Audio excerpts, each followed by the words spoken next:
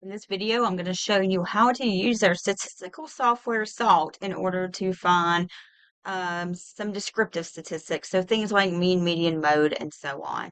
So to do that, we need a data set. So I've got an example data set here. We have age, foot length, shoe print, shoe size, and height. And these measurements here are in centimeters.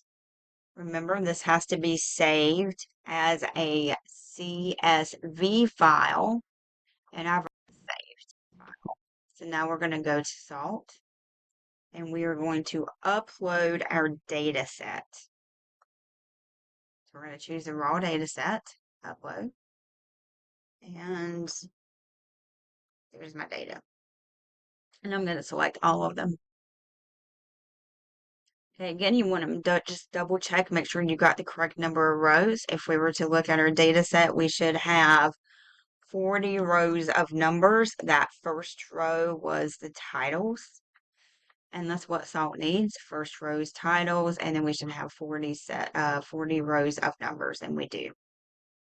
And then we are going to go to descriptive statistics, and it's going to tell us pretty much everything that we want to know. We've got the mean for each of the data sets. We've got the standard deviation for each of the data sets. We've got how many items is in each column. And then we've got the minimum values and the maximum values, quartile 1, quartile 3, and the median. And remember, in chapter 3, we talk about how these 5 numbers form that 5-number summary, which we could use to find a box plot.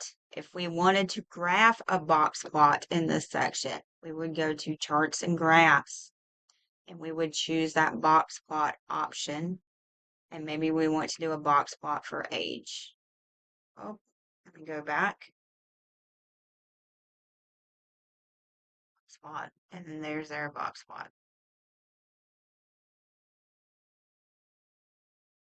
So that's how we can use SALT to find descriptive statistics in box plots.